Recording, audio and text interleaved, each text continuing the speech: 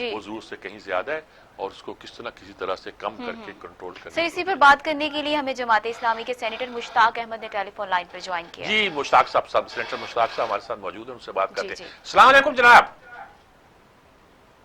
Hello. وعلیکم ورحمۃ اللہ. جی کیسے ہیں آپ, خیریت سے ہیں؟ الحمدللہ بالکل خیر. کیا اس بل کی کیا صورت ہوئی ہے جو آج پاس وہاں پیش کیا گیا تھا, سینٹ پہ پیش کیا گیا تھا, جو اس میں NFC ایوارڈ کی جو کم کرنے کے لیے, کیا اس کی صورتحال پیدا ہوئی؟ میں آپ کا شکریہ ادا کرتا ہوں, اور اگر آپ مجھے چند منٹ دیں گے تو میں پوری مسئلے کو واضح کر لوں گا انشاءاللہ.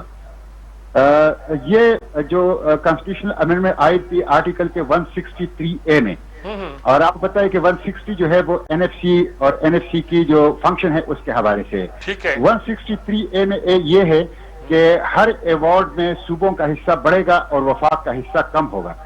اور پھر اس کے بعد چیئرمین سینٹ کی رولنگ اس پہ آئی ہے کہ اگر کوئی NFC ایوارڈ دینے پر متفق نہ ہو جائے اور پرانی ایوارڈ کو جاری رکھے تو آٹومیٹیکلی صوبوں کا حصہ 1% بڑھے گا اور وفاق کا حصہ 1% کم ہوگا. یہ چیئرمین سینٹ کی رولنگ ہے, اور سینٹ آپ کو پتا ہے کہ ہاؤس آف دا فیڈریشن ہے. تو اس کے اندر وہ تبدیلی چاہتے تھے کہ صوبوں کا حصہ بڑھے گا, وفاق کا حصہ کم ہوگا. اس کے بجائے یہ اختیار وفاق کو دیا جائے کہ وہ ضرورت کے مطابق خود فیصلہ کرے کہ کہاں پہ کتنا خرچ ہونا چاہیے. اس کا کرکس یہ تھا جس کی میں نے مخالفت کر لی اور جس کی پوری اپوزیشن نے مخالفت کر دی. اس کی وجہ یہ ہے کہ دیکھیں یہ جو آرٹیکل 163A شامل ہوا ہے کانسٹیٹیوشن میں, یہ 18ویں ترمیم کے ذریعے سے شامل ہوا ہے. اور آپ یہ بھی پتا ہے کہ 18ویں ترمیم 100 انفارمل اور 100 فارمل اجلاسوں اور 8 مہینے کی محنت کے بعد یونانی مسئلہ پاکستان کی پوری پارلیمنٹ نے اس کو پاس کیا ہے. اس کے نتیجے میں پاکستان کے جو فیڈریٹنگ یونٹ ہے اس میں احساس محرومی ختم ہوا, اور وہ لوگ جو پہاڑوں پہ چلے گئے تھے, بندوق اٹھایا تھا, وہ پارلیمنٹ کے اندر آ گئے. انہوں نے کانسٹیٹیوشن کو مان لیا اور ان کو اس بات کی تسلی ہو گئی کہ ہمیں اپنی کانسٹیٹیوشنل رائٹس, ہمیں اپنے فائنینشیل رائٹس اور ہمیں اپنے جو وسائل ہے اس کے اوپر حق دیا جا رہا ہے. تو اب اگر آپ اس کو چھیڑ رہے ہیں تو اس کے نتیجے میں فیڈریٹنگ یونٹ کو ایک بہت منفی میسج جائے گا. کیوں جائے گا؟ اس لیے جائے گا کہ آلریڈی وہ حقوق جو وفاق نے دستوری طور پر تسلیم کر لیے ہیں صوبے کو, وہ نہیں دے رہے. مثلا خیبر پختونخوا کو 500 ارب روپے نیٹ ہائیڈل پروفٹ کے نہیں دیے جا رہے, جبکہ IPPs کو سارے پیسے دیے جا رہے ہیں. حالانکہ IPPs 48 روپے یونٹ پیدا کر رہا ہے اور خیبر پختونخوا 1 روپے یونٹ بجلی کا وہ پیدا کر رہا ہے. اسی طرح جو اضافی پانی ہے 180 ارب روپے خیبر پختونخوا کی اضافی پانی کا وفاق کے ذمہ بقا ہے, وہ نہیں دیے جا رہے. تو اس کے نتیجے میں جب آپ اس طرح کی ایکٹیویٹیز کرتے ہیں تو صوبوں کے اندر فیڈریٹنگ یونٹ کے اندر ایک اور مسئلہ پیدا ہو جاتا ہے. اب جہاں تک یہ بات ہے کہ یہ کیوں رکھا گیا ہے کانسٹیٹیوشن کے اندر 18 امینڈمنٹ میں, یہ اس لیے رکھا گیا ہے کہ 18 امینڈمنٹ میں 20 ڈپارٹمنٹ صوبوں کو چلے گئے, ان کے ملازمین, ان کی فنکشن, ان کے اخراجات, ان کی بجٹ صوبوں کو چلا گیا. تو جب آپ نے 20 ڈپارٹمنٹ صوبوں کو بیچ دیے تو اس کے بعد اس کے لیے وسائل بھی چاہیے.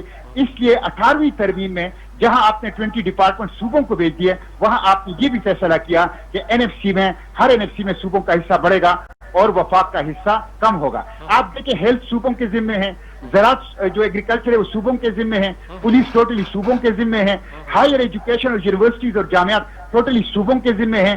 وفاق کے پاس بہت تھوڑے محکمے اب رہ گئے ہیں, زیادہ تر محکمے صوبوں کو چلے گئے. تو اس وجہ سے اب یہ ایک مسئلہ اٹھایا جاتا ہے کہ وفاق اپنے اخراجات کہاں سے پورے کرے. وفاق کے پاس پیسے کم رہ جاتے ہیں, ان کو سیکیورٹی کرنی ہے, کیلیمٹیز آتے ہیں, انسین اور چیزیں آ جاتی ہیں, تو وفاق کیا کریں؟ اس کے لیے طریقہ یہ ہے کہ اگر وفاق کو پیسوں کا مسئلہ ہے تو بجائے اس کے کہ وہ 18 امینڈمنٹ کو رول بیک کریں, بجائے اس کے کہ وہ 163A کے اوپر ڈرون حملہ کریں, ان کو چاہیے کہ اپنے اس مسئلے کو پارلیمنٹ میں لے آئیں. اس کے ایک سے کئی راستے نکل سکتے ہیں. مثلا میں نے پارلیمنٹ کے فلور پہ بھی کہا اور میں اپنے ڈیبیٹس میں بھی یہ کہتا ہوں کہ آپ FDR کی وجہ سے آپ کو 1 ٹریلین روپیز کا 1000 ارب روپے کا سالانہ نقصان ہوتا ہے. آپ FDR کی ریسٹرکچرنگ کریں, آپ اس کو ریفارم کریں, آپ ٹیکس نیٹ کو اضافہ کریں. آپ کے گزشتہ ٹیکس نیٹ گزشتہ 10 سال سے اسٹیگننٹ ہے, بلکہ پیچھے آئے ہیں. آبادی کے تناسب سے اگر آپ دیکھیں تو اس ریشو سے وہ پیچھے آئے ہیں. آپ ریمیٹنسز بڑھائیں, آپ اپنے جو پاپولیشن کا اتنا بڑا آپ کے پاس ایسٹ ہے اس کو اسکل لیبر کے اندر تبدیل کر کے اس کو ایکسپورٹ کریں. آپ اپنے ایکسپورٹ کو بڑھائیں, آپ انسینٹیو دیں انڈسٹری کو.